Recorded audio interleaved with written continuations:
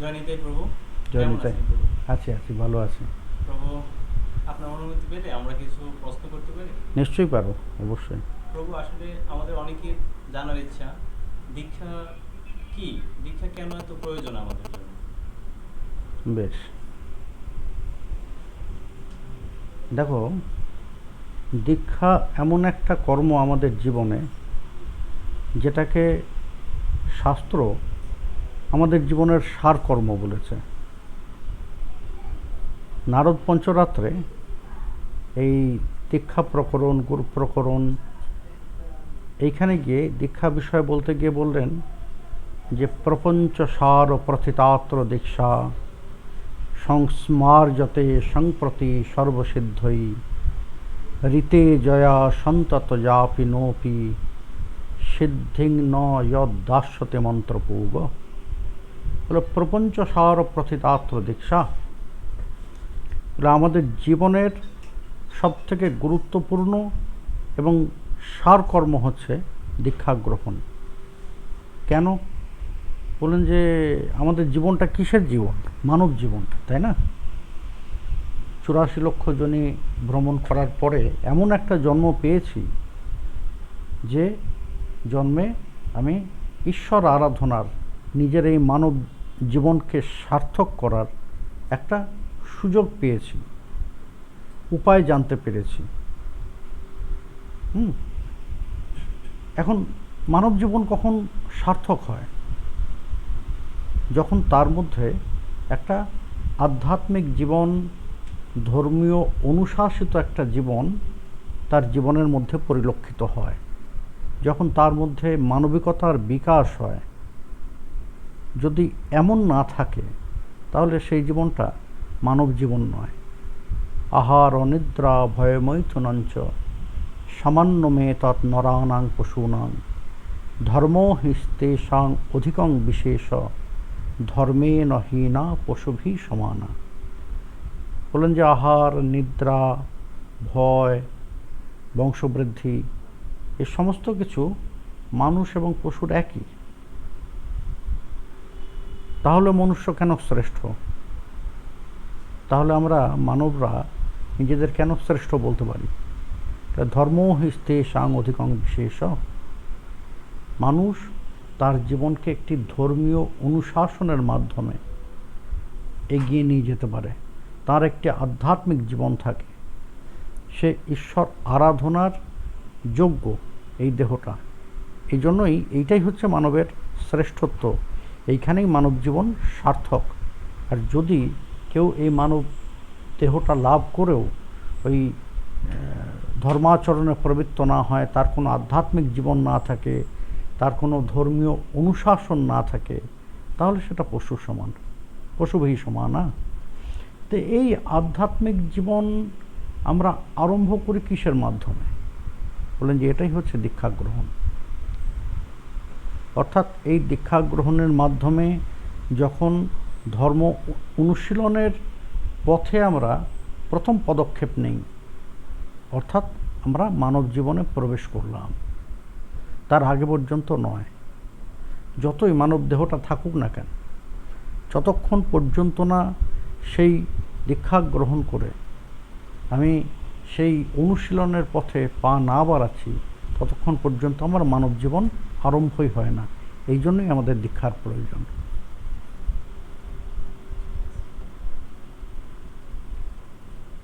প্রভু, আমাদের মধ্যে অনেকেই জানতে চায় যে আহ, আপনার আমাদের গুরু পরম্পরা সম্পর্কে জানতে চায়, গুরু পরম্পরা, নিত্যানন্দ পরম্পরা সম্পর্কে অনেকেই জানতে চায়। বেশ। হ্যাঁ, আমরা তখন না না জানার কারণে অনেকেই বলতে পারি না। হুম,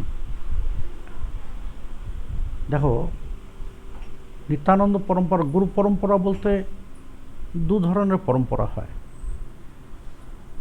ধরো এই নিত্যানন্দ পরিবার একটা,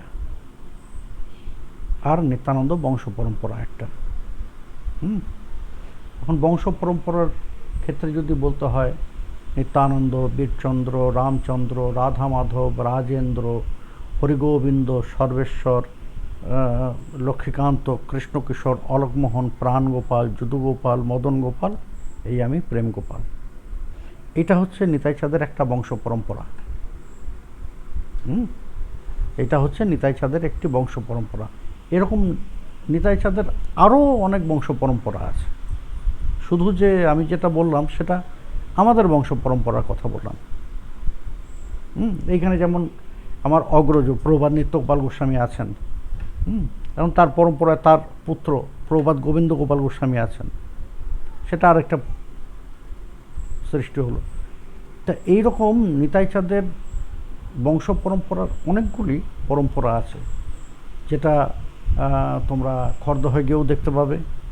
বহু নিত্যানন্দ বংশীয় সেখানে আছেন, যারা যারা শ্যামসুন্দরের সেবায়, খড়দহ শ্যামসুন্দর মন্দিরের যারা সেবায়, তারা প্রত্যেকেই নিত্যানন্দ বংশীয়।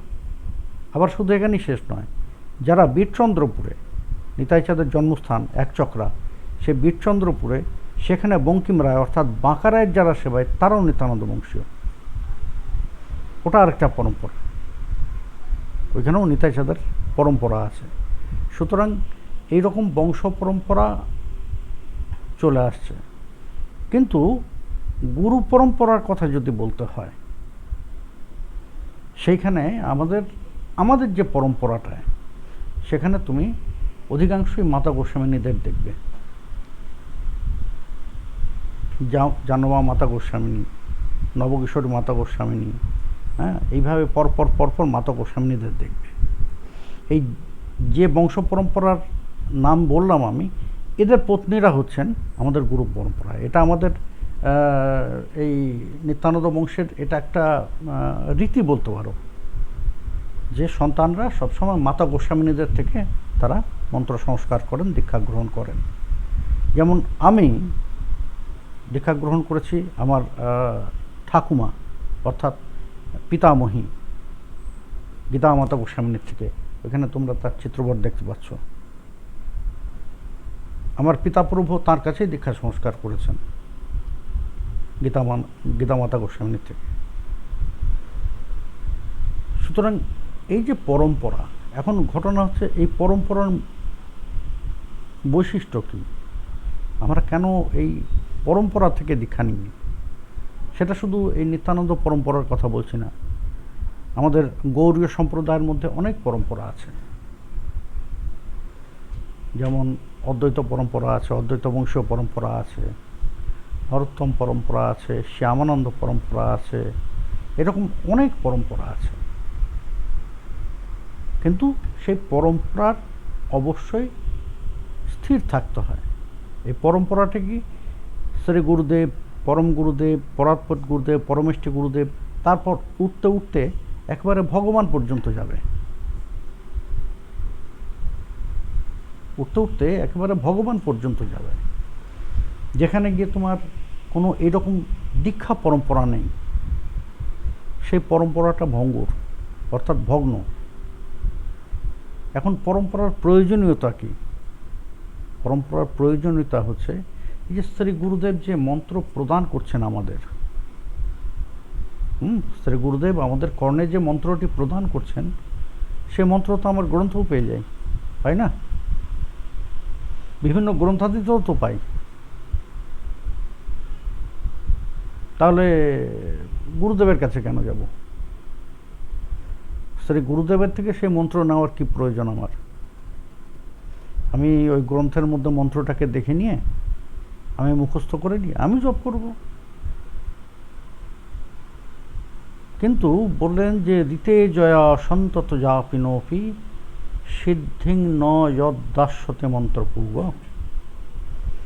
বললেন যে গুরুচরণাশ্রয় না করে আমি যদি নিজে মন্ত্র শিক্ষা করে নিজে নিজে সেই মন্ত্রের জপ করি, তাহলে ওই যত খুশি জপ করি না কেন,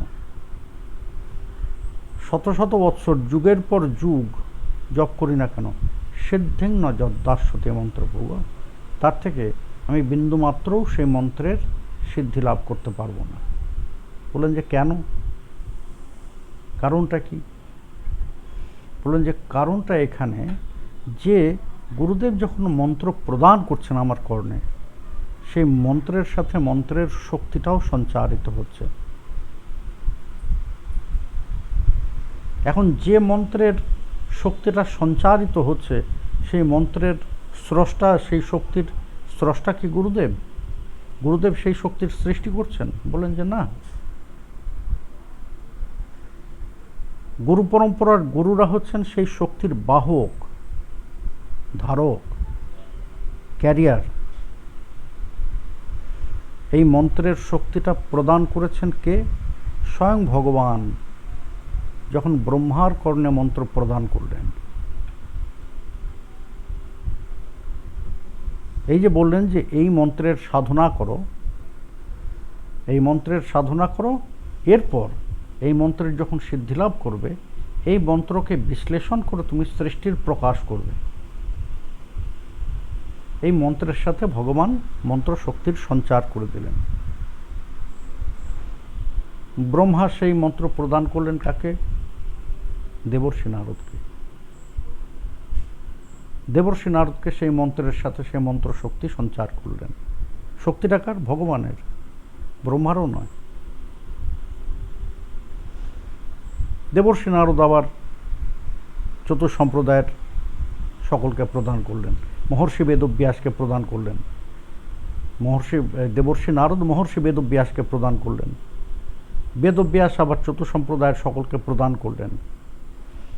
এইভাবে এই মন্ত্রশক্তি ধীরে ধীরে বাহিত হয়ে এই আমাদের পর্যন্ত পৌঁছেছে। তাহলে প্রভু মাঝখানে কোথাও ক্রস কানেকশন থাকলে ওই পরম্পরা, যখন এই দীক্ষা পরম্পরা ভগ্ন হবে তখন ওই ইয়েটা থাকবে না, মন্ত্রশক্তিটা থাকবে না। এই জন্য পরম্পরাবিহীন মন্ত্রের দীক্ষিত যে কোনো জায়গায় তুমি দেখো, সেখানে কোনো সিদ্ধ মহাত্মা নেই। সেই মন্ত্রের জপ করেছে, সিদ্ধিলাভ হয়েছে, এমন একজনকে পাবে না তুমি। অথবা এমন ভঙ্গুর পরম্পরায় রয়েছেন, তাদের মধ্যে একজনও ভজন সিদ্ধ লোককে পাবে না তুমি।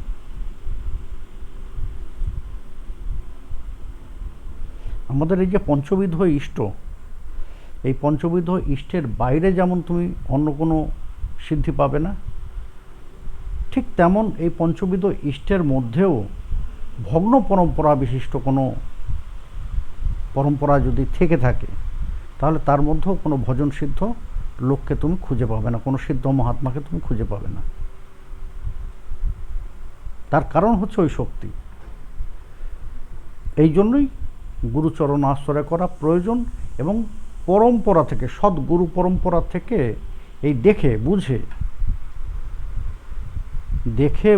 সদ্গুরু পরম্পরা থেকেই দীক্ষা গ্রহণ করাটা একমাত্র কর্তব্য।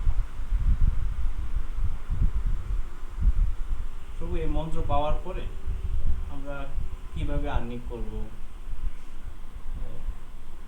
এর ধারাবাহিকতা? শ্রী গুরু চরণাশ্রয় হলো, এখন প্রত্যেক পরম্পরার পৃথক পৃথক কিছু সাধন আছে। অদ্বৈত পরম্পরার একরকম সাধন, সাধনের একটা বেসিক জায়গা এক, কিন্তু তারপর ভাবের কিছু বৈচিত্র্য আছে, পদ্ধতির কিছু বৈচিত্র্য আছে। হ্যাঁ, এখন শ্রী গুরুদেব যেভাবে উপদেশ করবেন, আমাকে ঠিক সেইভাবেই পালন করতে হবে। আমি আরেকজন কি উপদেশ করলো, সেইভাবে আমি পালন করব না। এর আরেকটা দিক আছে। এখন আমি দীক্ষা গ্রহণ করলাম, দীক্ষা গ্রহণ মাত্রই আমি গুরু সঙ্গ হারা হলাম। আমি এখানে আছি, হ্যাঁ, দূর, গুরুদেব আমাকে দীক্ষা দিয়ে গুরুদেব চলে গেলেন। এখন গুরুদেব নির্দেশ করে দেবেন, শোনো, তোমার যদি কোনো জিজ্ঞাসা থাকে তুমি ওর থেকে জানবে। গুরুদেব যাকে নির্দিষ্ট করে দিলেন, আমি তার থেকেই জানব। আমি আরেকজনের থেকে জানবো না, আরেক পরম্পরা থেকেও জানবো না। আমার কোনো জিজ্ঞাসা থাকলে আমি আমার পরম্পরা থেকেই জানবো। আমার পরম্পরার কোনো ওই ভজন অনুরাগী জনের থেকে জানবো, অন্য কারো থেকে নয়। হয় গুরুদেবকে জিজ্ঞাসা করব সম্ভব হলে, আর যদি সেটা সম্ভব না হয়, তাহলে ভজনানন্দী আমার পরম্পরার কোনো জন যিনি অনুভবী জন তাকে জিজ্ঞাসা করে আমি আমার ভজনের জিজ্ঞাসার সমাধান করব, অন্য কোথাও থেকে নয়, ফেসবুক থেকে নয়। ঠিক আছে প্রভু, আমরা যখন আরতি দেখাই, হুম। আরতি দেখানোর সময় আমাদের মনোভাব কিরকম থাকা উচিত, বা কিভাবে আমরা আরতি শুরু করি, হুম। কিভাবে শুরু করব? দেখো, এটা একটা হচ্ছে প্রারম্ভিক অবস্থা। আমি ভজন আরম্ভ করেছি, তখন একটা প্রারম্ভিক অবস্থা। তখন যদি এক কথা বলতে হয় তাহলে শুদ্ধ চিত্তে নির্মল মনে হরিনাম করতে করতে আরতি দেখাতে হয়। আর যখন ভজনে অনেকটা অগ্রগতি হলো তখন কিছু ভাবকে আশ্রয় করতে হয়, ওই লীলা স্মরণ করে যে আমি মঙ্গল আরতি দিচ্ছি, এই মঙ্গল আরতিটা কে দিচ্ছেন,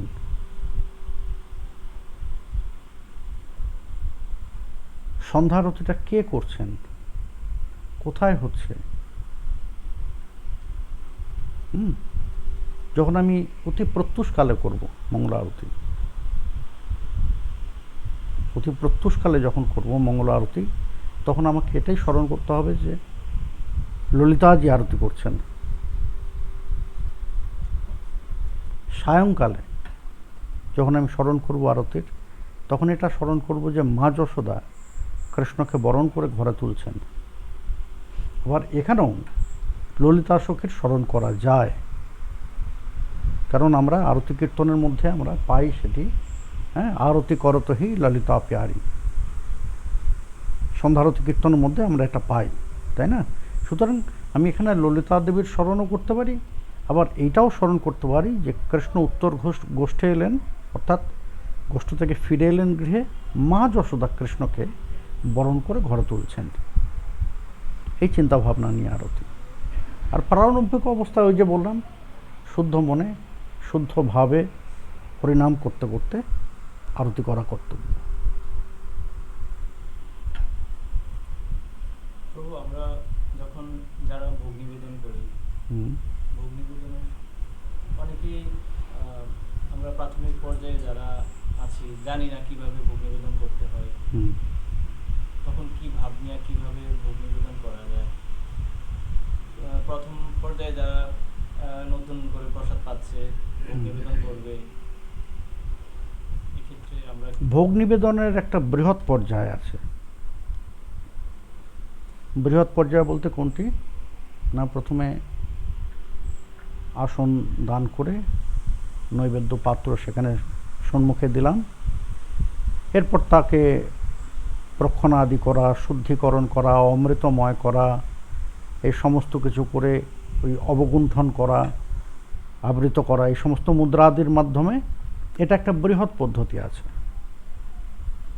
এটা প্রতিষ্ঠিত বিগ্রহ যদি হয় তখন এই পদ্ধতিকে অনুসরণ করে করতে হয়। সমস্ত মুদ্রাদির অপেক্ষা থাকে সেখানে, পঞ্চমুদ্রাদির অপেক্ষা থাকে, চক্র মুদ্রা, ধেনু মুদ্রা, এগুলো প্রদর্শনের অপেক্ষা থাকে। কিন্তু যখন একজন নতুন সে প্রসাদ নেবে, সে তার ইষ্টকে ভোগ নিবেদন করে সেই প্রসাদ নেবে, তখন প্রথম কথা হচ্ছে শুদ্ধাচার দেখতে হয়, শুদ্ধভাবে সেই নৈবেদ্যকে প্রস্তুত করা হয়েছে, শুদ্ধভাবে সেটি স্থাপন করা হয়েছে, সম্মুখে আসন দান করা হয়েছে, নৈবেদ্য স্থান দেওয়া হয়েছে। এরপর ওটাকে শুদ্ধিকরণ করে সুপ্রক্ষিতমস্ত জলের ছিটা দিয়ে নৈবেদ্য পূজা করে ফুল দ্বারা, এরপর তার উপরে মূল মন্ত্র জপ করে, প্রত্যেকটা পাত্রের উপরে মূল মন্ত্র জপ করে এরপর সেটা নিবেদন করে দেওয়া। এটা হচ্ছে একদম সংক্ষিপ্ত পদ্ধতি।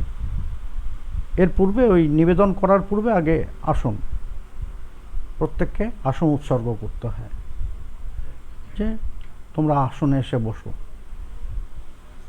যাকে আমি নিবেদন করছি তাকে আমি আহ্বান করছি যে আমি আসন দিয়েছি, তুমি আসনে এসে বসো।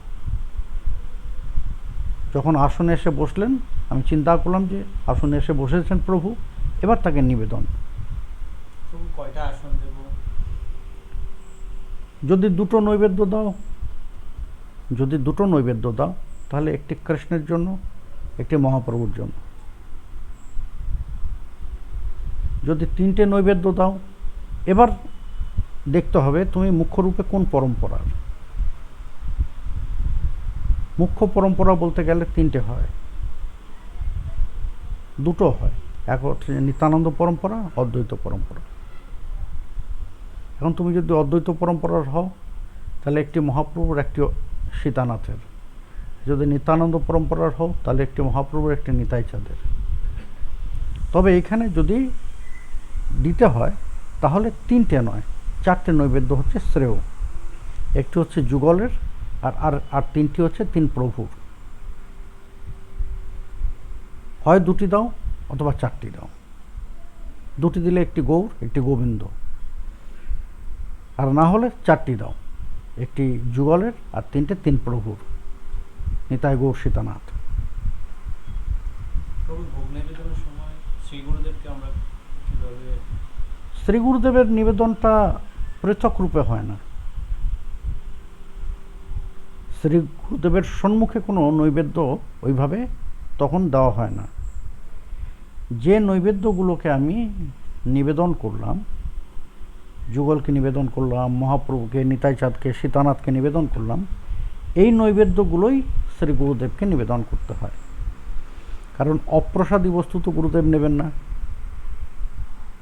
তাই না? তাহলে প্রভু শ্রী গুরুদেবের জন্য আসন? না, এই ভোগগুলোকে তুমি সেখানেই নিবেদন করে দিতে পারো, শ্রী গুরুবে নিবেদয়ামি। আবার এই ইয়েগুলোকে গুরুদেবের সম্মুখে দিয়ে এরপর গুরুদেবকে নিবেদন করতে পারো।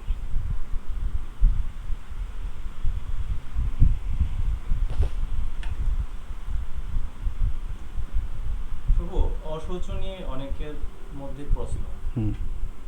কোনো কোনো পরিবার থেকে বলা হয় যে অশৌচ অবস্থায় পূজা দেওয়া যায়। আবার কোনো কোনো পরিবার আছে কেউ কেউ অশৌচ খুব স্ট্রিক্টলি প্রতিপালন করে।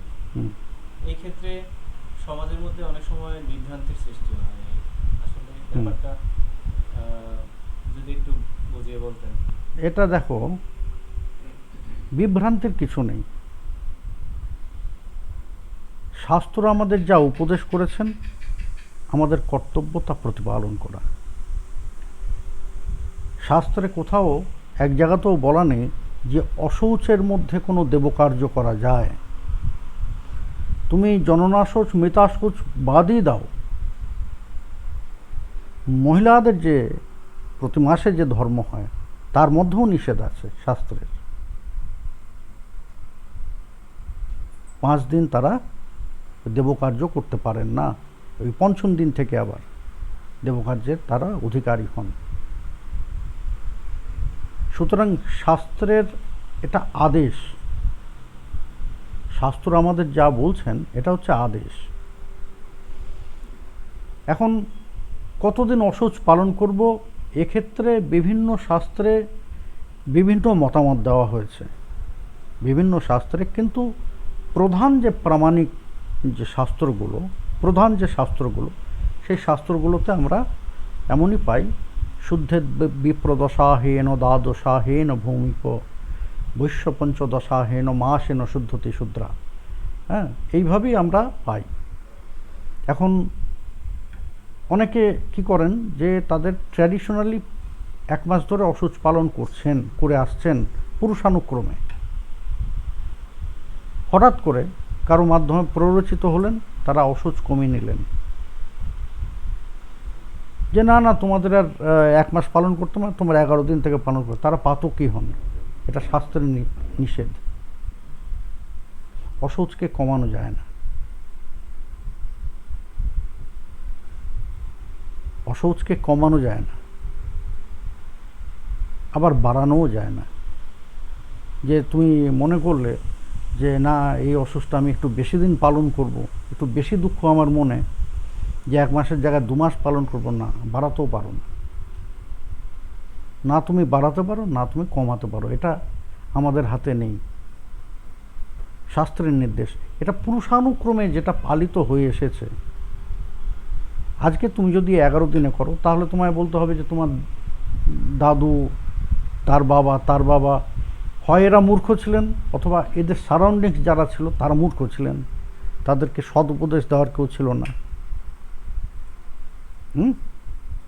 তাই না? এটাই তো ইয়ে হয়। সুতরাং এটা করা যায় না। অসৌচ যার যেমন আছে, পুরুষানুক্রমে যে অসৌচ পালিত হয়ে এসেছে তারা সেটাই পালন করবেন, এটাই বিধান শাস্ত্রের। না হলে কি হতে হবে না, পাতকি হতে হবে। যার জন্য অসৌচ পালন করবেন তিনি কখনো উদ্ধারপ্রাপ্ত হবেন না, তার কখনো গতি হবে না। প্রভু, অসুচ অবস্থায় কি অন্য গোত্রের কেউ এসে আমাদের মন্দিরে পূজা দিতে পারবে? পারে, অবশ্যই পারে।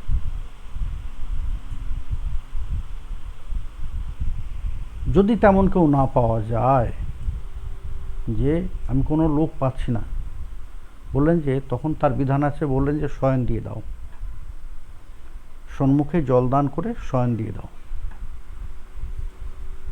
এই সময় যে তুমি মন্ত্র স্মরণ করতে পারছো না বা তুমি বিগ্রহ সেবা পূজাদি করতে পারছো না, তাহলে এগুলো তোমার কি বন্ধ থাকছে?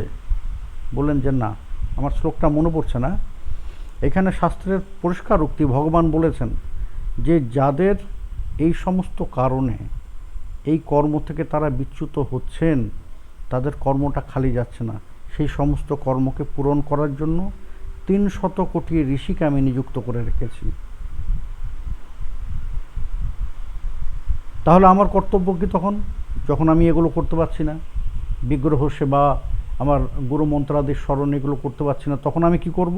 বলে যে তখন তুমি শুধু হরিনাম করবে। হরিনামটা যে কোনোভাবে করা যায়, সেখানে কোনো অশৌচের বাধা নেই, সেখানে কোনো নিয়মের বাধা নেই যে এইভাবে করতে হবে ওইভাবে করতে হবে।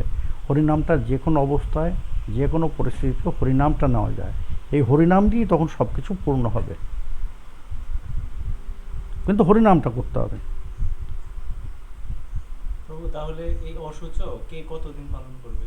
ওই যে বললাম, শুদ্ধের বিপ্রদশা হন, যদি সে ব্রাহ্মণ হয়ে থাকে সে 10 দিন অসুচ পালন করবে, যদি ক্ষত্রিয় হয়ে থাকে সে 12 দিন, যদি বৈশ্য হয় তাহলে 15 দিন, আর যদি শূদ্র হয় তাহলে 1 মাস। এটা প্রামাণিক যত শাস্ত্র গ্রন্থ আছেন এই কথাই বলেছেন।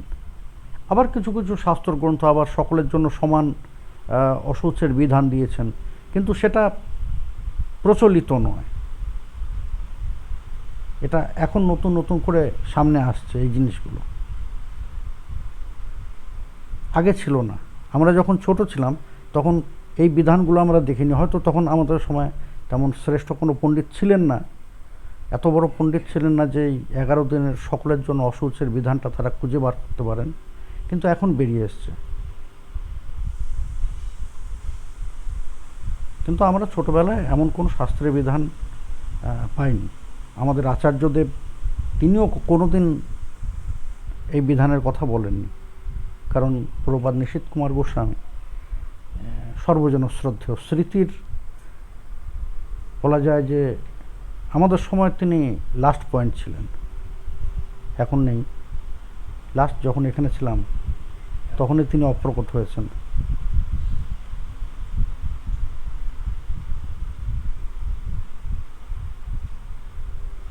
সুতরাং শাস্ত্র যেমনভাবে পালন করেছেন, আর তার থেকেও বড় ব্যাপার হচ্ছে পুরুষানুক্রমে আমরা যে যেটা পালন করে এসেছে এটা দেখতে হবে যে আমার ঠাকুরদা, বাপ ঠাকুরদা কতদিন পালন করে এসেছে, আমাকেও সেটাই করা উচিত।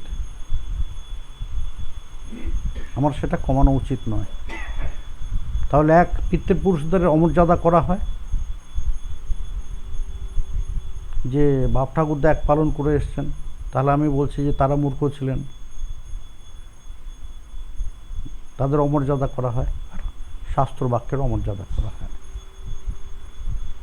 প্রভু, আমাদের শাস্ত্রের প্রতি শ্রদ্ধা থাকা অবশ্যই। ভগবান বলেছেন শাস্ত্রবিধি মুৎসৃজ্য বর্ততে কামচারত ন স সিদ্ধিম অবাপনতি ন সুখম ন পরাঙ্গতিম। শাস্ত্রবিধিকে উল্লঙ্ঘন করে কেউ যদি নিজের খেয়াল খুশি মতো চলে, সিদ্ধিম অবাপনতি, সে কোনোদিন সিদ্ধি লাভ করবে না, কোনোদিন তার টার্গেটে সে পৌঁছবে না। সুখম, আত্যন্তিক সুখ কখনো সে পাবে না। পরাঙ্গতিম, তার কোনো শ্রেষ্ঠ গতিও সে হবে না। তা সেই জন্যই শাস্ত্র পথকে আমাদের মর্যাদা করতেই হবে। যদি আমরা সত্যি এই জিনিসগুলো ঠিকভাবে পালন করতে চাই, যদি আমরা অশৌচ পালন করতে চাই, শাস্ত্র মেনেই করব, নিজের কল্পনা থেকে করব না। যদি ব্রতাদির পালন করতে চাই, শাস্ত্র মেনেই করব, নিজের কল্পনা থেকে করব না। ভজন সাধন যদি করতে চাই, শাস্ত্রের পথ ধরেই করব, নিজের কল্পনা থেকে করব না। যে আমার এটা সুবিধা, আমি এইভাবে করব, বলেন যে না, করা যায় না, সেই অধিকারই নেই। এটা হচ্ছে আদেশ। আরেকটা প্রশ্ন ছিল, অনেকেই অন্য দোষের ব্যাপারটা, অন্য দোষটা কি করবো আসলে জানার ইচ্ছা ছিল। অন্য দোষ, এটার সঙ্গে সদাচার খুব জড়িত। অন্যের সাথে গুণের সঞ্চার হয়। তুমি আমাকে অন্ন রন্ধন করে ভোজন করাচ্ছ, এখন তোমার সেই অন্নটা আমি গ্রহণ করলাম, মানে তোমার গুণটাকে আমি নিলাম, গুণের সঞ্চার হয়। তা এই কারণেই যারা সদাচারী জন, অর্থাৎ প্রসাদ গ্রহণ করেন, তারা কি করেন না, যারা ওই মৎস্যাদি ইত্যাদি করেন, তাদের হাতে এমনি অন্যান্য রন্ধনাদি গ্রহণ করলেও অন্যটা গ্রহণ করতে চান না। তার কারণ ওই গুণের সঞ্চার হয়, গুণের সঞ্চার হয়, অন্যের সাথে সাথে গুণের সঞ্চার হয়। এই জন্য ব্রাহ্মণেরা, তারা ব্রাহ্মণদের হাত থেকে অন্ন স্বীকার করেন, তারা অন্য কোনো থেকে স্বীকার করেন না, কারণ এই গুণের সঞ্চার হয়। এই জন্যই অন্যের ক্ষেত্রে স্পর্শ দোষ, যেহেতু এর সঙ্গে গুণের সঞ্চার হয়। এখন তোমার মধ্যে ভালো গুণ আছে কি খারাপ গুণ আছে সে তো আমি জানি না, জানি আমার মধ্যে ভালো গুণ আছে কি খারাপ গুণ আছে সে তো তুমি জানো না, জানো। সেই জন্যই মানুষ নিজের সাধনকে রক্ষা করতে, নিজের ভজনকে রক্ষা করার জন্য এই স্পর্শদোষগুলোকে পালন করে চলেন। কেউ যদি এটা করেন, তার নিন্দা করা উচিত নয়, তার নিন্দা করা উচিত নয়। তিনি যদি ভজনে অনুরাগী হন, তিনি যদি এমন সদাচার পালন করে চলেন, তাকে উৎসাহ দাও, নিন্দা নয়। তো কেউ সাত্বিক আহার গ্রহণ করে, কিন্তু ওনার যে গুরুদেব, ওরা কালাচান্দি মতে আছে বা অন্য কোনো সম্প্রদায় আছে, ইয়ে হলে সাত্বিক আহার কি করে হয়? এমনি নিরামিষ ভগবানের কাছে ভোগ নিবেদন করে। এই ক্ষেত্রে তাদের স্পর্শে কি আমরা যারা না না, তাতে হবে না। তিনি যদি শুদ্ধভাবে প্রসাদ গ্রহণ করেন বা গ্রহণ করেন, তাহলে তাদের থেকে নিতে পারো, অসুবিধা নেই, অসুবিধা নেই। কিন্তু তাদের এই যে অনেক সময় আছে না, যে তাদের বিশেষ ভোগ হয়, এমন যদি তারা করে থাকেন, তাহলে তাদের থেকে না নেওয়াটাই ভালো। এরা আবার এমনি সব জায়গায় প্রসাদ, মানে সব জায়গায় নিরামিষ যে রান্না করে, ওরা সব জায়গায় প্রসাদ পায়। এখন ওদের হাতে আমরা প্রসাদ, তিনি যদি প্রসাদ পান তাহলে তুমি নিতে পারো, অসুবিধা নেই। উনি প্রসাদ নেন, আবার কোথাও নিরামিষ রান্না করে, যে কেউ রান্না করে দেবে, উনি মাছও রান্না করে, নিরামিষ না না, ওইখানে তাহলে সেই জায়গাটায় একটু বর্জন করতে হয়, তাহলে সে সমস্ত জায়গাটা একটু বিচার করতে হয়। এই ক্ষেত্রে যদি নিজ মা হয়, শোনো, মাতা পিতা হচ্ছে মহাগুরু, তাদের ক্ষেত্রে কোনো বিচার আসে না। তাদের ক্ষেত্রে বিচার করলে আবার অপরাধ হয়ে যাবে।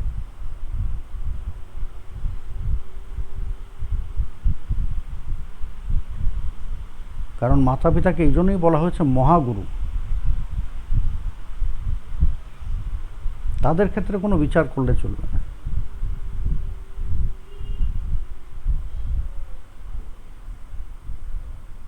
শুধু দেখতে হবে যে তারা শুদ্ধভাবে করে দিচ্ছেন কিনা, এইটুকু। তুমি এইটুকু বলতে পারো যে না মা, তুমি অন্য কিছু দিও না, আমাকে এইরকম করে দাও, কিন্তু অন্য কিছুর বিচার করা যায় না। প্রভু ভগবানের কারণ ভগবানের- একমাত্র জন, পিতা এবং মাতা একমাত্র জন। অন্যান্য সকলের অসুখ তোমার ওই কয়েকটা দিন থাকবে, কিন্তু পিতামাতার অসুখ 1 বৎসর কাল থাকে, জানো এটা? আলো সূচ। এই কেননা তারা মহাগুরু, শুধু গুরু নন, মহাগুরু। তাদের ক্ষেত্রে বিচার করা যায় না।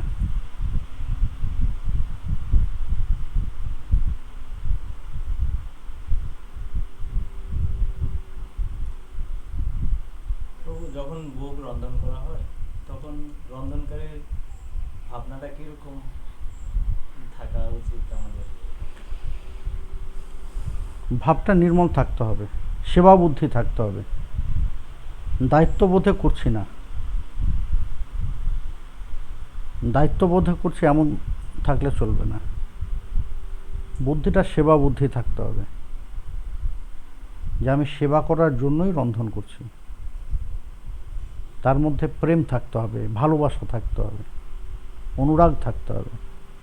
অনুরাগ নিয়ে সে করবে। আর দায়িত্ববোধে করলে না কোনো মতে রন্ধনটা শেষ হবে, আর অনুরাগ নিয়ে করলে সেই রন্ধনটা শ্রেষ্ঠ হবে, ভগবান দ্বারা সেটা গৃহীত হবে, কেননা তার সঙ্গে প্রেম আছে। তিনি এই নৈবেদ্য তো গ্রহণ করেন না। নৈবেদ্য যদি অনুরাগবিহীন হয়, ওই দায়িত্ববোধে আমি তাড়াহুড়ো করে করলাম, তাহলে সেই নৈবেদ্য দেব, সামনে দেবো, নিবেদন আমি করব, তিনি গ্রহণ করবেন না।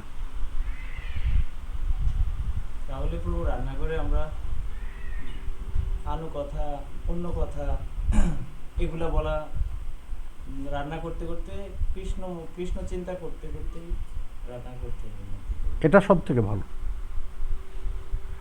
আনুকথা তো অনেক সময় বলতেই হয় আমাদের, কিন্তু ওই যে মনটাকে সেবা উন্মুখী রাখতে হয়। তুমি অন্য কথা বলো আর যাই বলো, মনটা যেন তোমার সেবার জন্য থাকে, যে আমি এটা তার সেবা করার জন্য, তাকে সুখী করার জন্য, হ্যাঁ, আমি তাকে সুখী করার জন্য আমি এটা করছি। উদ্দেশ্যটা এইটা হতে হবে। যখন উদ্দেশ্যটা এইটা হবে, তখনই সেই জিনিসটা ভগবান দ্বারা গৃহীত হবে, যে এর মধ্যে প্রেম আছে, এর ইচ্ছা আছে, সেবার ইচ্ছা আছে। আর যদি সেটা না থাকে, তাহলে যত খুশি, যত শ্রেষ্ঠ নৈবেদ্যই দেই না কেন, তিনি গ্রহণ করবেন না। নানুপচার কৃতপজনম আর্তবন্ধু।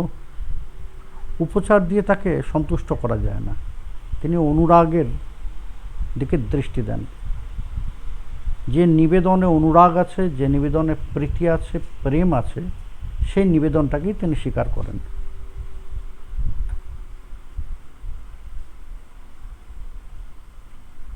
প্রভু, যারা নতুন বা যারা ভজন করতে ইচ্ছুক, তারা শুরুতে কিভাবে আগাবে বা ভজন পথে তাদের কিভাবে চলতে হবে? এর জন্য সব থেকে গুরুত্বপূর্ণ আগে হচ্ছে সঙ্গ। ভজনানুনন্দী জন এমন লোকের সঙ্গ করা, অথবা কীর্তনের সঙ্গ করা। কীর্তনের আনন্দটা মনের মধ্যে প্রবেশ করে। ভগবত কথা শ্রবণ করা, কারণ ভগবত কথার মাধ্যমেই ভগবান আমাদের হৃদয়ে প্রবেশ করেন। এই সঙ্গগুলো আমরা যত করব, তত আমাদের পরিণতি আসবে। প্রথম কথা হচ্ছে পার্সোনাল সঙ্গ, ভক্ত সঙ্গ, শুদ্ধ ভক্ত সঙ্গ। হ্যাঁ, এখন তো প্রচুর ভক্ত আছে, সব নয়, বুঝে। সঙ্গটাও খুব বুঝে করতে হয়, যে আমার গুণের অবনতি হবে না গুণের উন্নতি হবে, এটা বুঝে নিয়ে আমাকে সঙ্গ করতে হবে। একটা হচ্ছে এইরকম প্রত্যক্ষ সঙ্গ, দ্বিতীয় সঙ্গ কীর্তনের মাধ্যমে,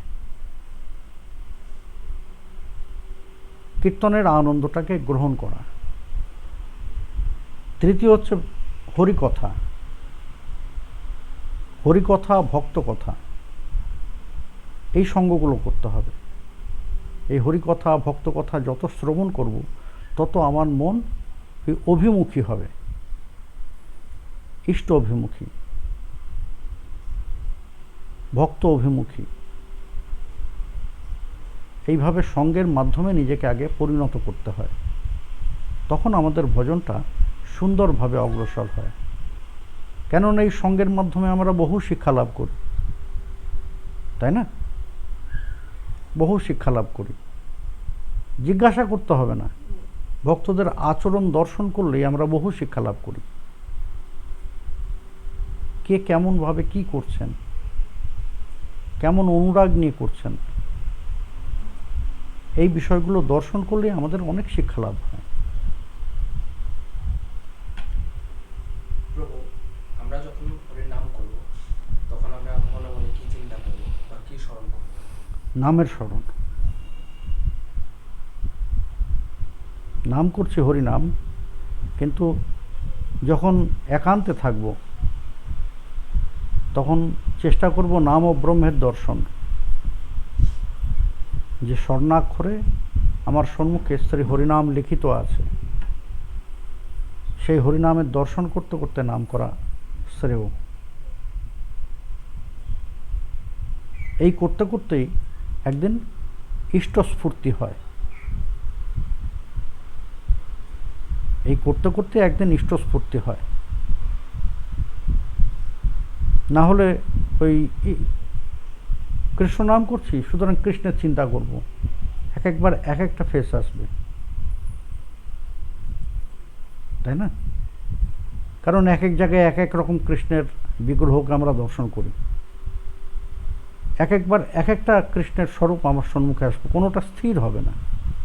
কিন্তু এই নাম ব্রহ্মের দর্শন করতে করতে নামের কৃপায় যে ইষ্টস্ফূর্তি হৃদয় হবে, জানতে হবে আমার ইষ্টের স্বরূপ ওইটাই।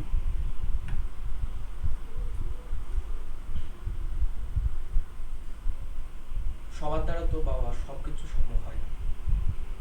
এখন যারা ভজন এগোতে পারছে না তাদের জন্য কি ভজন পথে কোনো শর্টকাট পদ্ধতি আছে? শর্টকাট ভজন পথে একমাত্র হচ্ছে নামাশ্রয়,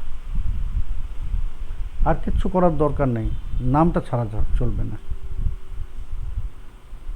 নামটা করে যেতে হবে। তুমি বিগ্রহ সেবা করতে পারছো না, ঠিক আছে, অন্য কিছু পালন করতে পারছো না, ঠিক আছে, নামটাকে ধরে রাখো। নাম আশ্রয়ের সময় মন যখন চঞ্চল হোক না চঞ্চল, মনকে আমাদের নিয়ন্ত্রণে আছে? চিন্তা করলেই আমরা মনকে শান্ত করতে পারি? পারি না তো। এ তো হবে নামের কৃপায়। হোক না চঞ্চল, আমি আমার কাজ করে যাব, আমার মন চঞ্চল হলে হোক, আমি নাম করব। নাম একদিন আমার মনকে শান্ত করবে।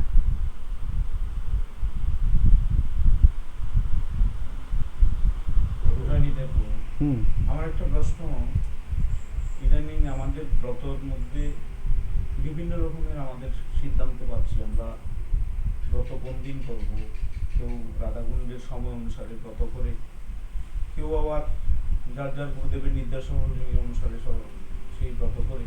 কিন্তু আসলে ব্রতের প্রকৃষ্ট নিয়মটা কি, বিশেষ করে একাদশী ব্রতটা? হুম, হ্যাঁ, এটা একটা ভালো ইয়ে করেছো। আমাদের নিয়ম হচ্ছে আমরা যে জায়গায় আছি তার সময়কাল অনুযায়ী ব্রতকে পালন করা। আমি এখানে বসে যদি রাধাকুণ্ডের বিধিকে প্রতিপালন করি তাহলে সেটা ব্রতভঙ্গ হয়ে যায় অনেক সময়। কেন না, এদিকের থেকে ওদিকের সূর্যোদয়ের একটা বেশ কম আছে, 35 to 40 মিনিটসের একটা ডিস্টেন্স আছে। এই ডিস্টেন্সের কারণে কখনো কখনো ওই রাধাকুণ্ডের সাথে এই বঙ্গপ্রদেশের ব্রতের দিন আলাদা হয়ে যায়। একদিন রাধাকুণ্ডে হয়, আরেকদিন এখানে হয়। দুটোই সঠিক, কিন্তু এটা দেখতে হবে যে আমি কোথায় আছি।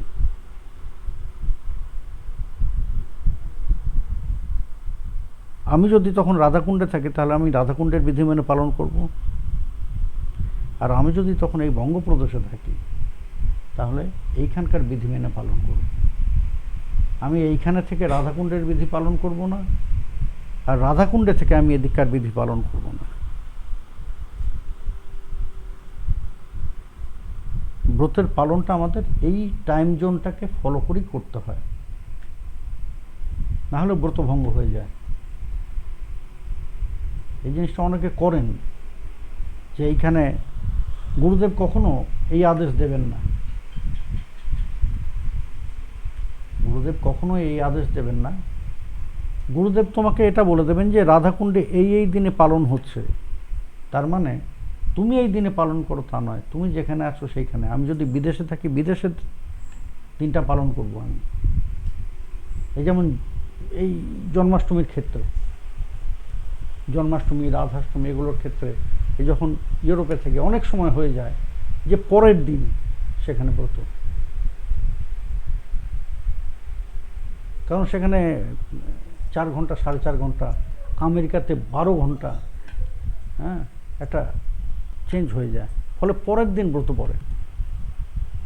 সমগ্র ভারত বাংলাদেশ আজকের দিনে জন্মাষ্টমী করছে, আর ওইখানে ইউরোপে আগামীকাল হবে, কেন না সেদিন ওখানে তিথিটা ওইভাবে পড়েছে। সুতরাং ব্রতের উদযাপন ওই টাইম জোন দেখে করতে হবে।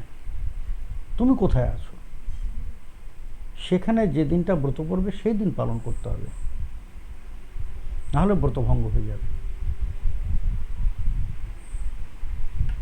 আরেকটা প্রভু আমাদের প্রশ্নটা হলো, রাধাষ্টমী, নিত্যানন্দ ত্রয়োদশী, তারপরে আপনার রামনবমী, নৃসিংহ চতুর্দশী, এই ব্রতগুলো কি মধ্যাহ্ন প্রসাদ পাওয়া যায় অভিষেকের পরে? এখানে একটা বিষয় আছে, কিছু কিছু ব্রত আছে পরম্পরা নির্দিষ্ট হয়ে করে, অন্নপ্রসাদ পাওয়া যায় না, অন্নপ্রসাদ নেওয়াটা উচিত না। তুমি একাদশী করতে পারো, একাদশীর মতো যে আহার সেটা করতে পারো, কিন্তু এই সমস্ত ব্রত দিবসে অন্নপ্রসাদ গ্রহণ করাটা উচিত নয়। যদিও এখন অনেক জায়গায় এই অর্ধ দিবস ইয়ে করার পরে অন্নপ্রসাদের বিতরণও হয়, দেখেছি আমি। এটা তাদের জিজ্ঞাসা করেছি, এটা তাদের পরম্পরায়, আমি তাদের সমালোচনা করছি না। তারা বলেছেন যে আমাদের এখানে চিরকাল হয়ে এসছে, এবং সেটা তাদের পরম্পরা।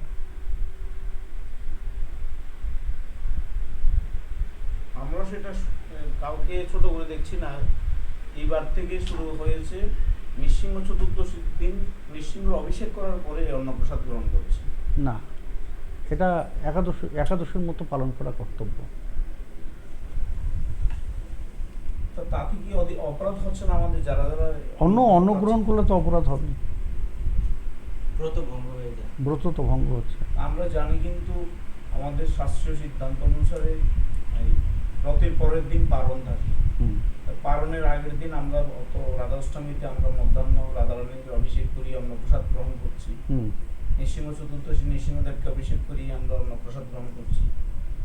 গৌর পূর্ণিমাতে আমরা গৌর সুন্দরকে আমরা অভিষেক করি, আমরা আবার না, তাহলে সে তখনই ব্রতের ইয়ে হয়ে যাচ্ছে, সমাপনী হয়ে যাচ্ছে বা ভঙ্গ হয়ে যাচ্ছে। তাহলে সেটা আমাদের অপরাধ হচ্ছে। কিছু তো অপরাধ হচ্ছে, অবশ্যই অপরাধ হচ্ছে। এখন যেখানে যে পরম্পরায় চলে আসছে, যার গুরু পরম্পরায় যেমন আদেশ আছে সে তেমনভাবে পালন করবে। এখানে এটাই পরিষ্কার বিধান বলা যায়। ওই যে বললাম যে এক এক পরম্পরায় এক এক ইষ্টমূর্তি, যেমন ধরো অদ্বৈত পরম্পরায় যারা আছেন, নিত্যানন্দ পরম্পরায় যারা আছেন, তাদের মূল ইষ্ট হচ্ছেন নিতাই চাঁদ। অদ্বৈত পরম্পরা, অদ্বৈত প্রভু তাদের কুলদেবতা। সুতরাং তাদের বিষয়টা তাদের কাছে বিশেষ গুরুত্বপূর্ণ। এখন সেইটাকে অনুসরণ করে তারা তাদের পরম্পরায় কিভাবে কি ব্রতের পালন করবেন সেটা তো সেই পরম্পরার নির্দেশ। তারা যেভাবে পালন করে আসছেন সেভাবেই পালন করবেন। তাদের গুরু নির্দিষ্ট যে পথ আছে সেই পথ ধরে তারা পালন করবেন। আরেকটা প্রশ্ন আমাদের, কিন্তু অন্যটাকে বর্জন করাই উচিত আমার মতে। আরেকটা প্রশ্ন হচ্ছে আমার, যে প্রশ্নটা হলো শ্রীমতী রাধারানীকে আমরা তুলসী প্রদান করি চরণে, এবং ইদানিংকালে কিছু কিছু মহাত্মাগণ আমাদেরকে শিক্ষা প্রদান করছেন তারা গদাধরকে তুলসী প্রদান করতে। আসলে যুক্তিযুক্তভাবে রাধারানীকে অনেকে তুলসী প্রদান করে না, কিন্তু সেই ক্ষেত্রে আবার গদাধরকে কিভাবে তুলসী প্রদান করবে? না, গদাধরকে তুলসী প্রদান করা যায় না, কারণ গদাধর হচ্ছেন রাধারানীর আবেশ, পূর্ণ অবতার নন, আবেশ অবতার। তাহলে তো তোমাকে এই শ্রীনিবাস আচার্য ঠাকুর, শ্যামানন্দ ঠাকুর, নর্তন ঠাকুরের চরণও তুলসী দিতে হবে। শ্রীনিবাস আচার্য ঠাকুর মহাপ্রভুর আবেশ অবতার, নরোত্তম ঠাকুর নিতাই চাঁদের আবেশ অবতার, শ্যামানন্দ ঠাকুর অদ্বৈত প্রভুর আবেশ অবতার, তাহলে তাদের চরণও তুলসী দিতে হবে। রাধারানীর চরণে তো তুলসী অবশ্যই পড়বে, রাধারানীর চরণে তুলসী অবশ্যই পড়বে, এটা বিধানই আছে। দুই দল তুলসী, একজোড়া তুলসী রাধারানীর চরণে দিতেই হবে, এটা শাস্ত্রের বিধান।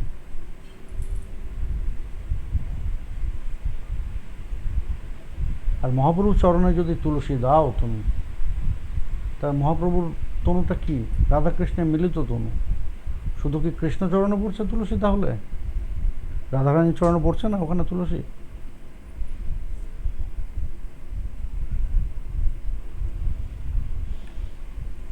প্রভু, ইদানিং দেখা যাচ্ছে ব্রাহ্মণ দীক্ষা নামে এটা কতটুকু শাস্ত্র প্রসিদ্ধ?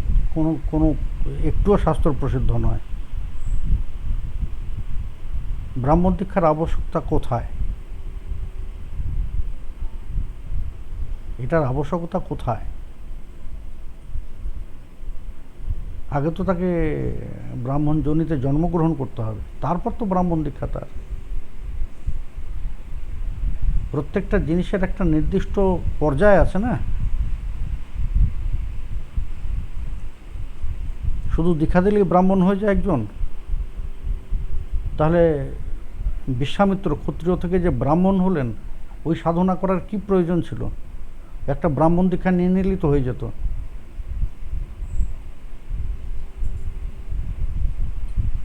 বিশ্বামিত্র তো প্রথমে ক্ষত্রিয় ছিলেন, তাই না?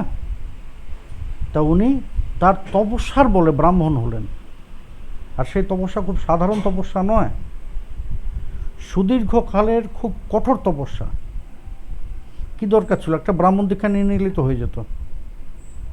করুন না তারা, যারা ব্রাহ্মণ দীক্ষা নিচ্ছেন তারা ওই সাধনাটা করুন না। সেটা তো করবেন না, কিন্তু ব্রাহ্মণের বেনিফিটটা নেবেন তারা। প্রভু, বর্তমানে অনেকে স্মৃতিশাস্ত্র বা স্মার্তমতকে ছোট করে দেখে, এটা কতটুকু যুক্তিসঙ্গত? তার কারণ তারা মূর্খ।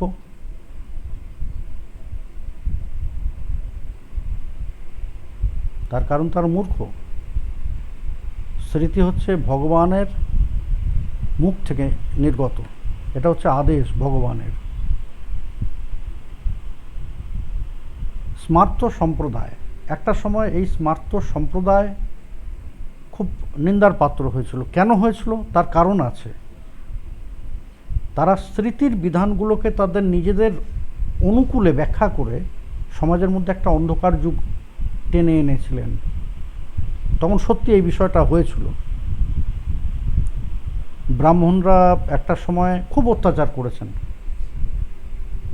মানে অত্যাচারটা খুবই নিম্নমানের অত্যাচার এবং খুব কড়া অত্যাচার করেছেন, যার ফলে বহু মানুষ, এই রানাঘাটে একটা গ্রুপ আছে যেখানে এই খ্রিস্ট কীর্তন হয়, তাদের খ্রিস্ট কীর্তনের গ্রুপ আছে।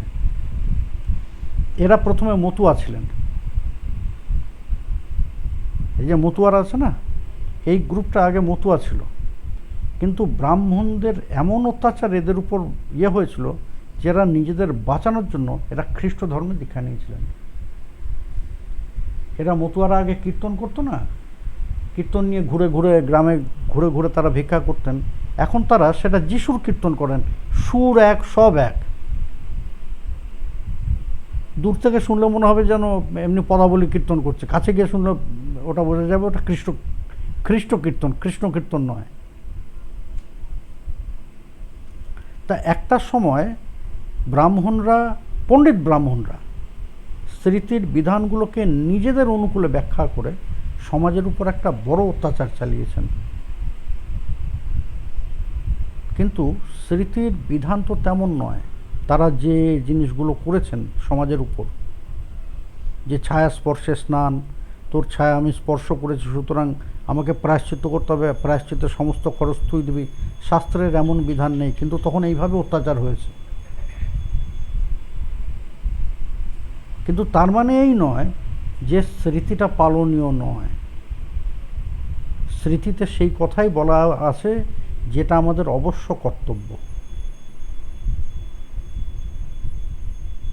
এটা ভগবানের আদেশ, উপদেশ নয়, আদেশ, অর্থাৎ অবশ্য করতে হবে।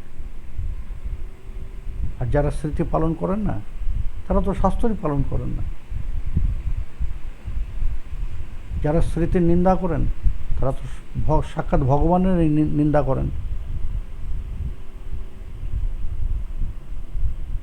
প্রভু, আমরা জানি আমাদের সর্বস্বামী বেদান্ত দর্শন হচ্ছে অচিন্ত ভেদাভেদ। এই অচিন্ত ভেদাভেদ তত্ত্বটা কি একটু বলতেন? এটা তো দু এক কথা বলা যায় না। মহাপ্রভু সর্বস্বামীর দর্শন না, বিষয়টা, দর্শনটা হচ্ছে মহাপ্রভুর। মহাপ্রভু সনাতন গোস্বামীপাদকে অচিন্ত ভেদাভেদ তত্ত্বের উপদেশ করেছিলেন। শঙ্করাচার্য তিনি জগতে প্রতিষ্ঠা করেছিলেন, এটা অবশ্য তখন ধর্মকে রক্ষা করতেই, যে অভেদ তত্ত্ব। শ্লোকার্ধেন প্রবক্ষ্যামি যদুক্তং গ্রন্থকোটিভি ব্রহ্ম সত্যং জগন মিথ্যা জীব ব্রহ্মৈব নাপর। শঙ্করাচার্য অদ্বৈতবাদকে প্রতিষ্ঠা করলেন, বললেন যে জীবই ব্রহ্ম, ব্রহ্ম এবং জীবের মধ্যে কোনো ভেদাভেদ নেই। সর্বং খলু ইদং ব্রহ্ম, যা কিছু দেখছে সব ব্রহ্ম, এর কোনো দ্বৈত সত্তা নেই। তুমি আমির ভেদ নেই, সবই ব্রহ্ম। রামানুজ এই তত্ত্বকে খণ্ডন করলেন, এই তত্ত্বকে খণ্ডন করে দ্বৈতবাদের প্রতিষ্ঠা করলেন। বললেন যে না,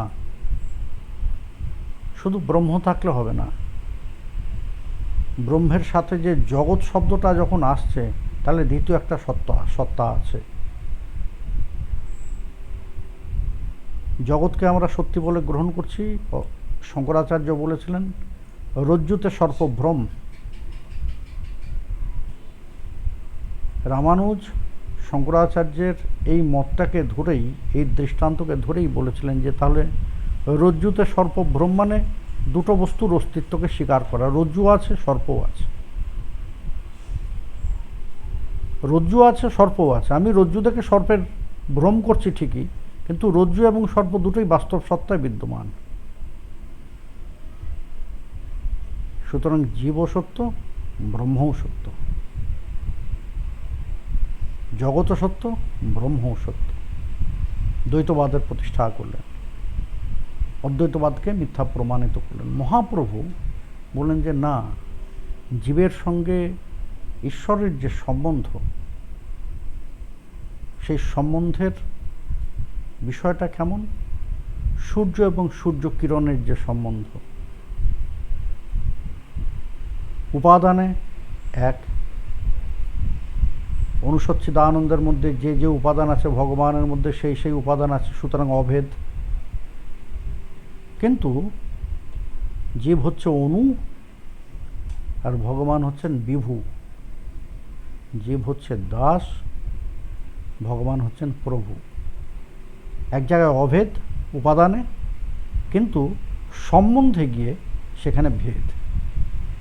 একজন হচ্ছে অতি বৃহৎ, একজন হচ্ছে ক্ষুদ্রাতি ক্ষুদ্র। একজন হচ্ছে প্রভু, একজন হচ্ছে দাস।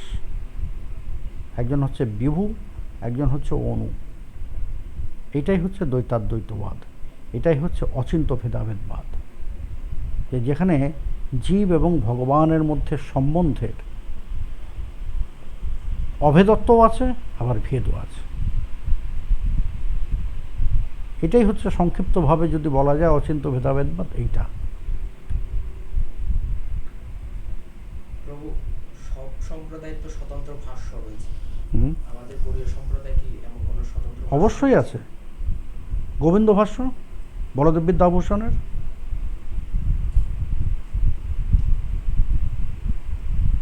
বলদেব বিদ্যাভূষণের গোবিন্দ ভাষ্যই তো আমাদের গৌড়ীয় সম্প্রদায়ের ভাষ্য। তাহলে কি গৌড়ীয় সম্প্রদায়কে স্বতন্ত্র বলা যায়? অবশ্যই বলা যায়।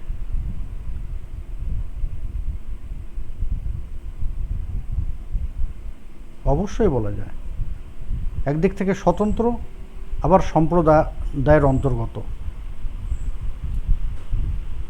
আমাদের সম্প্রদায়ের পুরো নাম যদি বলতে হয় তাহলে শুধু গৌড়ীয় বললে চলবে না, ব্রহ্ম মাধ্য গৌড়ীয় সম্প্রদায়। প্রথম হচ্ছে ব্রহ্ম সম্প্রদায়, ব্রহ্ম সম্প্রদায়ের অন্তর্গত মাধ্য সম্প্রদায়, সেই মাধ্য সম্প্রদায়ের মধ্যে আমরা হচ্ছে গৌড়ীয় সম্প্রদায়। এই হচ্ছে আমাদের সম্প্রদায়। প্রভু, এখন দেখা যায় অনেকে বলে কৃষ্ণ বড়, রাম ছোট, বিষ্ণু বড়, এই ছোট, এগুলো কি? এগুলো অপরাধ। এটা নামাপরাধের মধ্যে পড়ে, ইষ্টের মধ্যে ভেদাভেদ বিচার। তো কৃষ্ণ বড় রাম ছোট এগুলো তো তোমার শুধু বিষ্ণু তত্ত্বের মধ্যেই আসছে। আমি শিব শক্তির সঙ্গেও তুলনা করতে পারি না। আমি এই বিচারও করতে পারি না শিব বড় না কৃষ্ণ বড়, শিব বড় ওই কৃষ্ণ বড় না কালী বড়, এই বিচারও আমি করতে পারি না। কারণ কি নাম অপরাধ হবে? অবশ্যই নামাপরাধ হবে। নামাপরাধের লিস্টের মধ্যেই রয়ে গিয়েছে শিব এবং বিষ্ণুর মধ্যে ভেদাভেদ বিচার। প্রভু, এটাতে গুণ বলে দেন। হুম? কৃষ্ণের ৬৪ গুণ, রামের ৬০ গুণ, রাধার এত গুণ। সেইটা তো গুণের আলোচনা, তুলনামূলক আলোচনা হচ্ছে, কিন্তু ইষ্টের ভেদাভেদ তুমি করতে পারো না যে রাম বড় না কৃষ্ণ বড়, না, গুণের বিচার করতে পারো। আমার গুণের বিচারে আমি ভরসার মধ্যে আমি কৃষ্ণকে আমার অনুকূলে পাচ্ছি, সুতরাং আমি কৃষ্ণ ভজনা করব।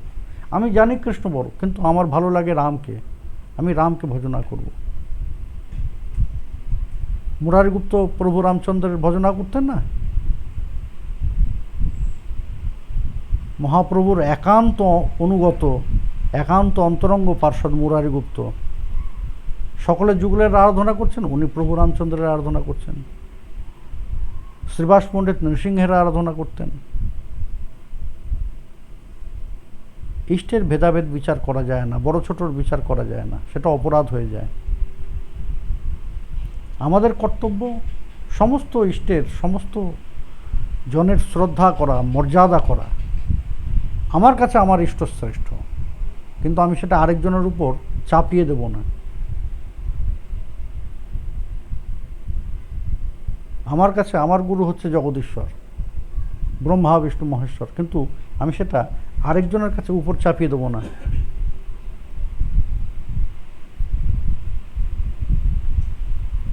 তার কাছে তার গুরু শ্রেষ্ঠ, আমার কাছে আমার ইষ্ট শ্রেষ্ঠ, কিন্তু এটা আমি আরেকজনকে বলবো যে না তোমাকেও এটা করতে হবে না। তার কাছে তার ইষ্ট শ্রেষ্ঠ। সে শিব হতে পারে, শক্তি হতে পারে, সেই অধিকার আমাদের নেই যে ইষ্টের মধ্যে ভেদাভেদ বিচার করা। যারা করে তারা অপরাধী। নিজেদের ভজন নষ্ট করছেন, তারা অপরের ভজনও নষ্ট করার জন্য উদ্যোগী হয়েছেন, সেটাও অপরাধ। এটা করা যায় না, এটা কখনো করবে না। সমস্ত ইষ্টেরই মর্যাদা করবে। প্রভু, আমাদের মধ্যে ইদানিং দেখা যায় বৈদিক ভক্তিকে লঙ্ঘন করে খুব অল্প সময়ের মধ্যে রাগ অনুরাগ ভজনে প্রবেশ করে। এটা নিয়ে যদি একটু বলেন। প্রবেশ করে কিভাবে করে?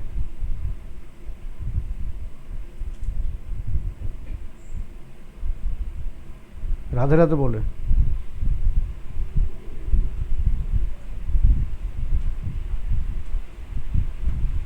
আরে রাধে রাধে বলার যোগ্যতা তো অর্জন করতে হয় আগে।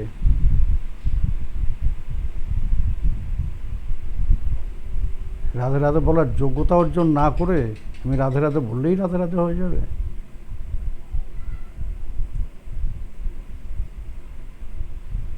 স্বয়ং কৃষ্ণ পর্যন্ত রাধে রাধে বলতে চিন্তা করেন, তো আমি কোথাকার তুচ্ছ কীটাতে কীট, আমি সারাদিন রাধে রাধে বলে যাচ্ছি।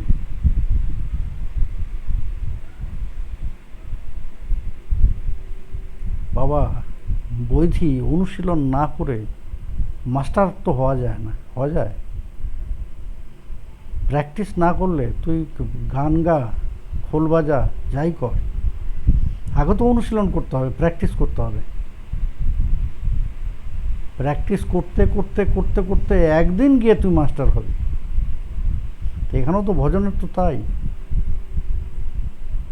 মাস্টার হয়ে উঠলে তবে গিয়ে রাগানুগা ভজনের অধিকারী হবে, তারপর সে রাগানুগা ভজন করবে। আগে তো মাস্টার হোক, ততদিন পর্যন্ত তো তাকে বৈদিভক্তি করতে হবে। বৈদিভক্তি তো অন্য কিছু না, অনুশীলন। কিসের অনুশীলন? প্রথম কথা হচ্ছে আমার বাহ্যিক অনুশীলন, তারপর হচ্ছে মানসিক অনুশীলন।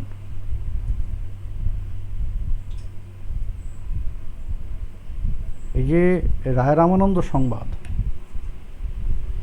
রায় রামানন্দ সংবাদে বৈদিভক্তি এবং রাগানুগা ভক্তির খুব সুন্দর একটা বিভাজন দেখিয়েছেন।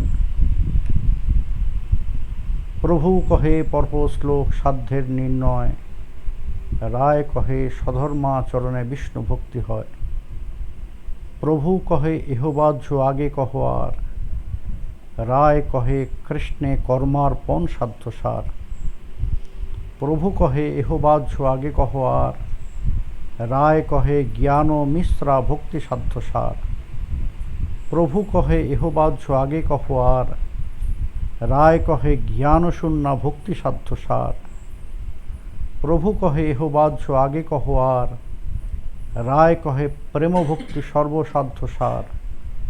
প্রভু কহে এহ হয় আগে কহ আর, রায় কহে শান্ত প্রেম সর্বসাধ্য সার। এই রায় কহে দাস্য প্রেম সর্বসাধ্য সার। প্রভু কহে এহোত্তম আগে কহ আর। এই যে এহ হয়, প্রেম ভক্তিতে এসে এহ হয়, তারপরে দাস্যপ্রেম থেকে এহোত্তম, আর তার আগে পর্যন্ত এহবাহ্য। এই যে এহবাহ্য প্রভু কোনোটাকেই রিজেক্ট করেননি। এটা বলেননি যে না না এটা নয়, এটা নয়। বলেছেন যে হ্যাঁ এটাও, তবে এটা বাইরের। এই যে যতক্ষণ পর্যন্ত এহবাহ্য করেছেন, এটা হচ্ছে বৈদিভক্তি। যোগ্যতা অধিকারী এই প্রেমভক্তি পর্যায়ে এসে এহ হয়, এই যোগ্যতা তৈরি হলো রাগানুগা ভজনের। এইবার রাগানুগা ভজনের প্রবেশ দাস্যপ্রেম থেকে। সুতরাং রাগানুগা ভজন করি বললেই তো হয় না, এটা তো গাছের ফল না বাবা।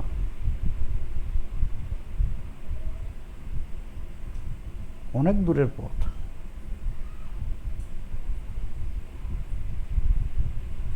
যারা ওই প্রথম থেকেই বলতে থাকেন যে রাগানুগা ভজন করি, অবশ্যই রাগানুগা ভজন, কিন্তু রাগানুগা ভজনেরও দুটো পর্যায়, বৈধি এবং রাগানুগা। আমাদের ভজন পথটা রাগানুগা ভজন পথ, কিন্তু তার মধ্যে দুটো পর্যায়, বৈধি পর্যায় এই অনুশীলন, এরপরে গিয়ে রাগানুগা পর্যায়। তাই বৈধি এই অনুশীলন না করে তো কেউ মাস্টার হতে পারে না। একান্ত প্রয়োজন, খুব নিষ্ঠা সহকারে প্রয়োজন। সেখানে শুধু অনুশীলনের ব্যাপার নয়, বাহ্যিক এবং মানসিক দুটোরই সম্পূর্ণ শুদ্ধিকরণের পরে গিয়ে রাগানুগা ভজন। তার পূর্বে রাগানুগা ভজনের অধিকারী হয় না কেউ। তো গুরুদেব থেকে কি গুরু প্রণালী চেয়ে নেওয়া যায়, না শ্রী গুরুদেব নিজে কৃপা করে দেন? শ্রী গুরুদেব কৃপা করে দেবেন। গুরুদেব শিষ্যের ভজনকে দর্শন করে যখন গুরুদেব অনুভব করবেন যে হ্যাঁ এর যোগ্যতার সৃষ্টি হয়েছে, তখন গুরুদেব নিজে প্রদান করবেন।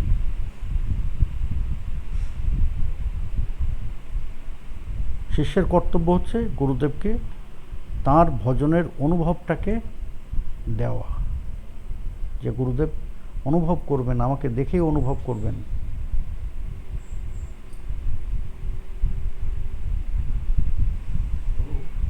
এই আমি করার সময় যে মন্ত্রগুলা দিয়েছিলাম সেগুলো তো লেখা অবস্থা আছে, যেমন আমি লেখাপড়া কম জানি বা বানানগুলো সংস্কৃত বানানগুলো পারতেছি না। এখন এই জায়গায় আমি আমার আরেকগুলো কি বলতে পারবো, দেখ হ্যাঁ পারো, সে বললে আরেকজনের থেকে শুনে শুনে শুনে শুনে তুমি শিখে নিতে পারো।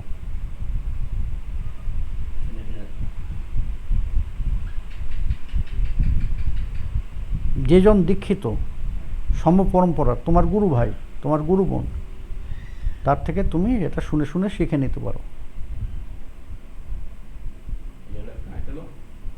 আমি করার সময় দেখেছে এই হাতে তো গণনা জব করতেছি, এই হাতে গণনা করতেছি, কিন্তু করতে করতে এই হাতটা কটা কিন্তু কোনতে অমনস্ক হয়ে গেছে, আবার কিন্তু এই করতেছি কিন্তু যখন কি আমি একটু তো বৈগুণ্য হয়, এটা সচেতন থাকতে হয়। যখন এটা অভ্যাসে তৈরি হয়ে যাবে তখন আর এটা ভুল হবে না। প্রথমে সচেতনভাবে করতে হয়, তারপরে যখন অভ্যাসটা তৈরি হয়ে যাবে তখন ওটা আপনা আপনি আঙুল যেতে থাকবে। গুরু যে জব করার সময় যে গুরু ইয়াটা স্মরণ করার কথা, কীভাবে স্মরণটা? প্রারম্ভিকভাবে যে 3টে মন্ত্র আছে, যেমন ধরো কাম গায়ত্রী, তারপরে যুগল মন্ত্র, তারপরে গুরু বীজ, যখন যার মন্ত্র স্মরণ করব তখন তার স্মরণ করব। কাম গায়ত্রীতে ভগবানের অসমর্থ এক রূপের চিন্তা করব। যখন কামবীজের স্মরণ করব তখন ওই সখী মঞ্জুরি সহ যুগলের স্মরণ করব, সখী মঞ্জুরি সহ যুগলের স্মরণ করব। যখন গুরুমন্ত্রের স্মরণ করব তখন গুরুদেবের চিন্তা করবে যে অভয় মুদ্রায় গুরুদেব তিনি আমাকে আশীর্বাদ করছেন এবং অভয় দান করছেন, এমন স্বরূপটা চিন্তা করে তার মন্ত্রের স্মরণ করব।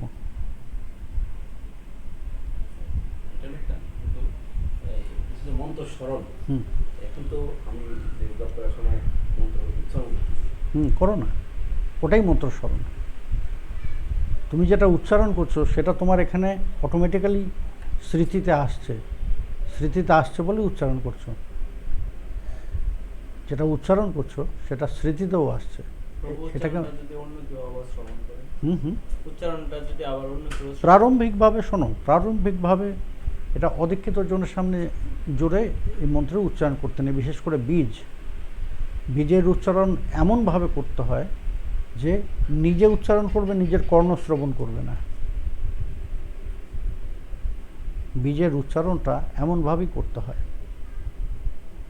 ইষ্টং মাতৃ জাগরবৎ গুপয়েত, অতি সঙ্গোপনে করতে হয়। এটা এত জোরেও উচ্চারণ করতে নেই এই দীক্ষা মন্ত্রের যে সামনে আরেকজন বসে শুনবে।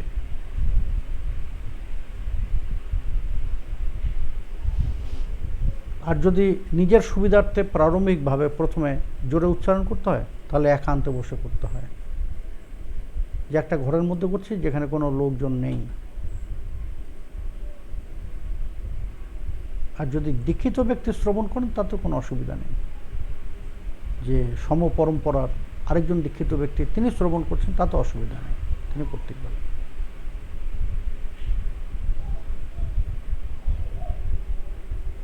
জপ করা শুরু করলে মানে নিজে কেন শোনা যাবে না?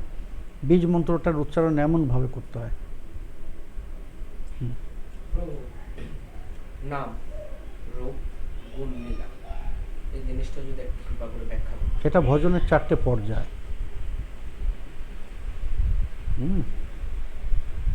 ভজনের 4টে পর্যায়। প্রথমে নামাশ্রয়, নামাশ্রয় থেকে আস্তে আস্তে ইষ্টস্ফূর্তি, এরপর তারপর ধীরে ধীরে অগ্রসর হতে হতে ইষ্টের গুণের অনুভব, তার কৃপার অনুভব, সেই প্রেমের আনন্দের অনুভব, এরপর লীলাস্ফূর্তি। এটা ওই নামকে আশ্রয় করে থাকলেই, নিষ্ঠা ভরে নামকে আশ্রয় করে থাকলেই এই পর্যায়গুলো একটার পর একটা আসতে আরম্ভ করে। এটা ভজনের 4টে পর্যায় বলা হয় এটাকে।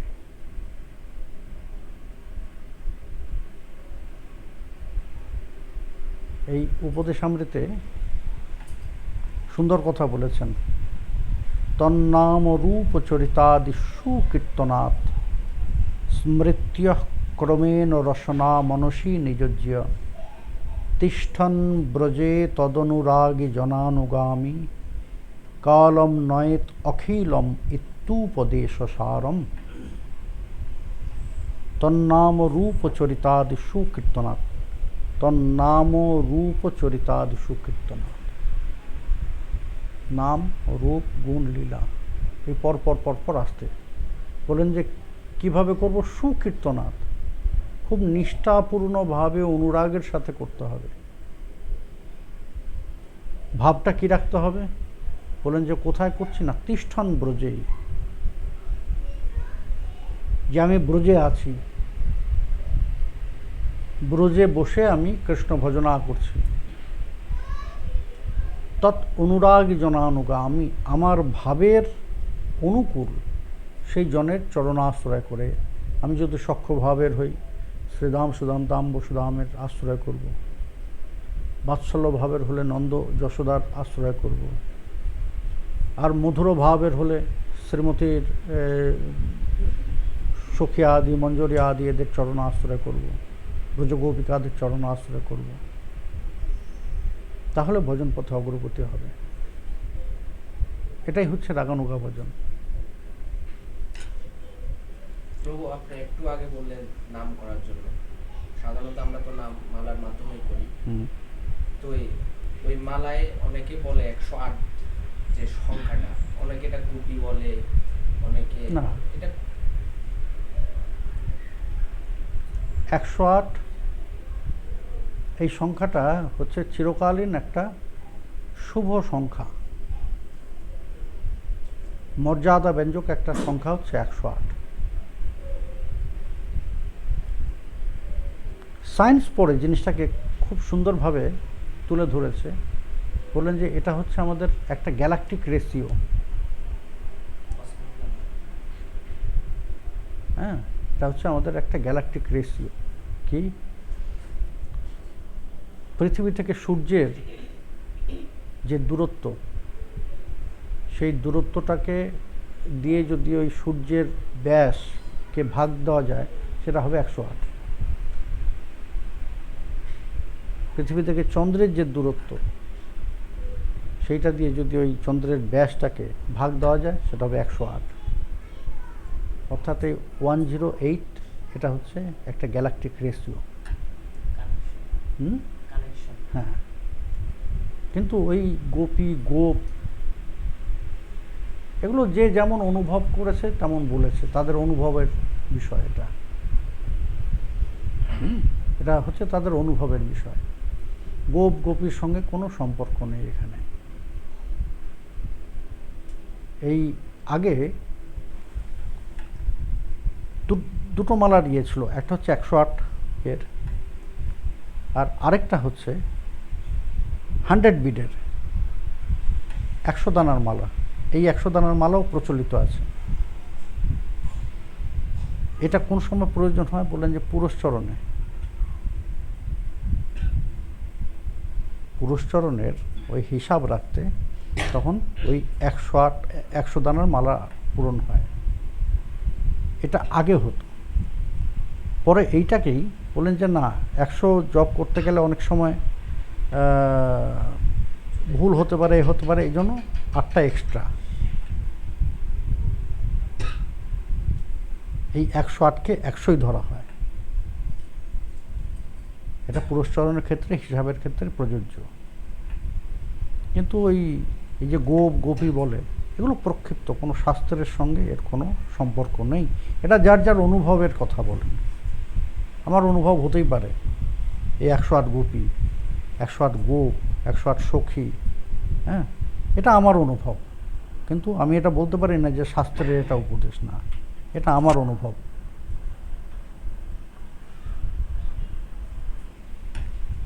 প্রভু, আমাদের শেষ প্রশ্ন আপনার কাছে, যেহেতু কলির ভগবান শ্রীমৎ মহাপ্রভু, মহাপ্রভুর জয়ন্ত বা জন্মাষ্টমী বা এরকম জন্মোৎসব আসলে দেখা যায় মহাপ্রভুকে মহাপুরুষের সাথে তুলনা করা হয়, বা অনেকে শ্রেষ্ঠ বাঙালি বলে। মহাপ্রভুকে যদি সংক্ষেপে একটু। মহাপ্রভুকে শ্রীমদ্ ভাগবতে মহাপ্রভু সম্বন্ধে বলতে গিয়ে বলেন, কৃষ্ণবর্ণং তিসা কৃষ্ণম সঙ্গপাঙ্গাস্ত্র পার্শ্বদম কলৌ সংকীর্তন প্রায়ই যজন্তী হি সুমেধস। শ্রীমদ্ ভাগবতের প্রকাশ কতদিন আগে হয়েছে? 5.5 বছর, 5,500 বছর আগে, তাই না? মহাপ্রভু কতদিন আগে অবতীর্ণ হয়েছেন? 550 হয়নি, 539। ঠিক আছে, 539। তাহলে এতদিন আগে একজনের বলছেন, তিনি তো শুধু মহাপুরুষ নন, মহর্ষি বেদব্যাস বলছেন, মহাভারতে যার উল্লেখ আছে, তা তিনি তো শুধু মহাপুরুষ নন। আমরা তাকে ওই রাধা কৃষ্ণের মিলিত তনু বলেই জানি, এবং সেটাই সত্যি।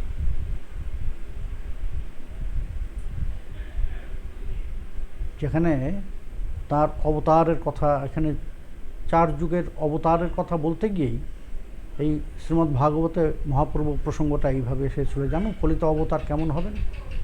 কৃষ্ণ বর্ণম তিসা কৃষ্ণম সাঙ্গপাঙ্গাস্ত্র পার্শ্বদম। তার সাঙ্গপাঙ্গই এই কলিযুগে তার অস্ত্র হবে। তিনি সদা ওই কৃষ্ণ বর্ণের কীর্তন করবেন। তার তিসা অর্থাৎ কান্তি হবে অকৃষ্ণ গৌরম। হ্যাঁ, আর তার ভজনা করার প্রধান উপায় কি? কলৌ সংকীর্তন প্রায়ীর যজন্তী হি সুমেধস। যেজন সুমেধা বুদ্ধিমান ব্যক্তি, সেই কলির অবতারকে সংকীর্তন যজ্ঞে আরাধনা করবেন। তা অবতারের প্রসঙ্গ বলতে গিয়ে শ্রীমদ্ ভাগবত এই কথা বলছেন, শুকদেব এই কথার বর্ণনা করছেন। তাহলে কে বাঙালি বলল, কে শ্রেষ্ঠ বাঙালি বলল, আমার তো জানার দরকার নেই। আমি দেখব শ্রীমদ্ ভাগবত কি বলছেন, মহাভারত কি বলছেন। আমার কাছে গৌর রাধাকৃষ্ণের মিলিত তনু, শাস্ত্রের কথাই আমার কাছে শেষ কথা। কোন রিসার্চার, 2 দিনের রিসার্চার কি বলল, সেটা আমার কাছে কোনো গুরুত্বই পায় না। অবশ্যই শ্রেষ্ঠ বাঙালি, তার থেকে শ্রেষ্ঠ বাঙালি এখনো পর্যন্ত কেউ আসেনি, আসবেও না। এটা তো অবশ্যই সত্যি, কিন্তু তার শ্রেষ্ঠত্ব ওইখানে, তিনি রাধাকৃষ্ণের মিলিত। তিনি আমার ভজনীয় ওই জন্য, সেই জন্য আমি গৌর ভালোবাসি, যে এক অঙ্গে আমি দুজনকে পেয়ে যাই, রাধা কৃষ্ণকে। জয় নিতাই। গণিতে একজন অভিষেক